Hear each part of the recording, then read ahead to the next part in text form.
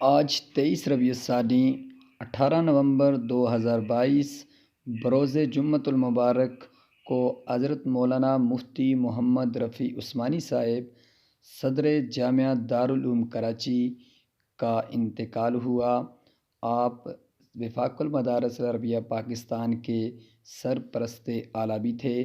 آپ نے کئی کتابیں بھی تصنیف فرمائیں۔ آپ حضرت مولانا مفتی محمد شفیع صاحب رحمہ اللہ کے صاحبزادے تھے اور حضرت مولانا مفتی محمد تقی عثمانی صاحب کے بڑے بھائی تھے۔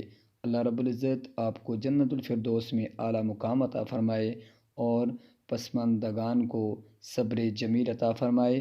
یقینی طور پر ایک بہت ہی عظیم سرمایہ تھے آپ۔